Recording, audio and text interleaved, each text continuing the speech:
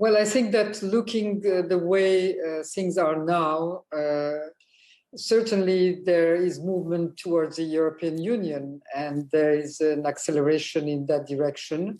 I'm not sure that it's the case for NATO, unless tomorrow at the summit there are some new statements and new readiness from the NATO members to accelerate our Euro-Atlantic integration. But certainly we are ready, we are preparing for that, and we will be ready to accelerate the path in whatever direction where there will be readiness on the part of our partners to receive us. So just to be clear, the anxiety is on the part of NATO members, not on the part of Georgia? The anxieties, I don't know, but certainly we are waiting to see signals that there might be a similar acceleration in terms of the NATO path as there has been on the part of the European Union, where clearly the European leaders have shown that they are looking in a different manner to those countries, the associate members and maybe also the Western Balkans, to show them that they can politically be welcome in the European Union with less procedures, less bureaucratic obstacles than they have been in the past years. That doesn't mean that it will be an immediate process, but there is a new opening, what we call a window of opportunity, and we are certainly ready to seize that window. No, totally. And just very briefly on that before we move on, if things went to plan, when do you think Georgia could have either full or associate membership of the EU? There's been no discussion on dates, and it's clearly not us that can fix the dates. No. We'll have to go through some path of reforms anyway. The demands will not change. Maybe the bureaucracy will change a little bit, but the political decision will have to come from the European leaders, and the European leaders today are very clearly putting the priority in their support towards Ukraine.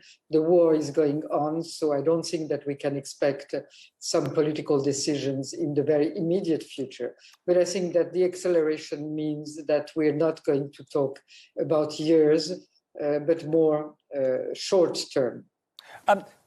Now, from the outside, it certainly looks as though you as president have been much more critical of Putin, much more in favour of punishing Russia through sanctions than your prime minister. Is that correct?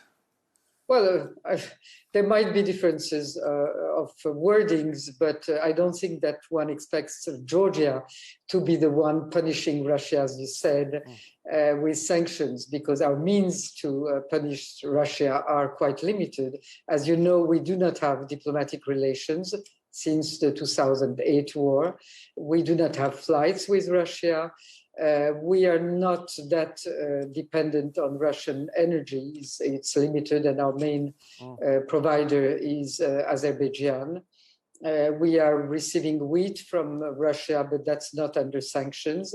And our financial sector, our banks, are fully following the financial sanctions. We are completely there online with our partners. So I think we are doing the utmost, and probably our main also cost that we're taking in all of that is the fact that we already have occupied territories, and those two occupied regions are clearly for us a matter for concern, and not only for us. I know that it's a matter for concern for our European partners. They know that there is an extreme sensitivity in Georgia because of that. We have Russian military bases and troops that are about 40 kilometers from Tbilisi, the capital city. But that doesn't mean that Georgia is not in full solidarity with Ukraine. We have been two countries that have gone the same history for the past 2 centuries under Russian, then Soviet, then again Russian rule and occupations. So we know what it means, and we are on the same line as Ukraine. Which I think many will be reassured to hear, but although there's some puzzlement about why Ukraine seemed to get very angry with you about not doing enough when it came to sanctions and actually withdrew, their ambassador. Well, there has been, the ambassador has been called for consultations. I think there has been misunderstanding about some statements, but that doesn't change the relation between the two states. And I think, again, that on that we are on the same line. OK. Now, after Russia occupied South Ossetia, you felt the West didn't do enough to put pressure on Russia back then. Do you now take the view that if the West had acted more decisively, maybe Putin would have been deterred from what he's done today in Ukraine? I think it's not only me. If I heard some of the statements that was made, including at the House of Commons and elsewhere, the West understands very well that it has not reacted, and it has not, more than reaction, it has not measured well what happened in 2008 and what it signified about Russian intentions and Russian aggressivity. And I think that this miscalculation, and not only in 2008 in Georgia, but in 2014 in Crimea, have been probably some of the elements that have encouraged Russia to continue on this aggressive path, which we have seen now in full deployment in Ukraine. No, totally right. And therefore, following on from that, how worried are you that if Putin were to succeed in Ukraine, he would then come back to Georgia and try and occupy more of your country?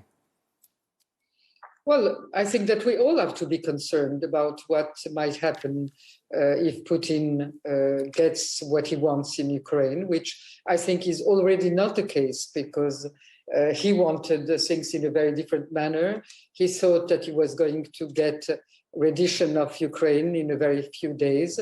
And I think that what we're seeing, even today, the latest news is that Ukrainians are not only resisting, but they're fighting back. And they're gaining back some of the places that were held by Russia. So I think that things are not done. But if that were the case, nonetheless, I think we all have to be concerned, the same ways as we should all have been concerned about what happened in Georgia in 2008 and in Crimea in 2014. Madam President, it's been great talking to you, and I'm sure we all agree that what's at stake is indeed the survival of, the free world. We do. Many thanks.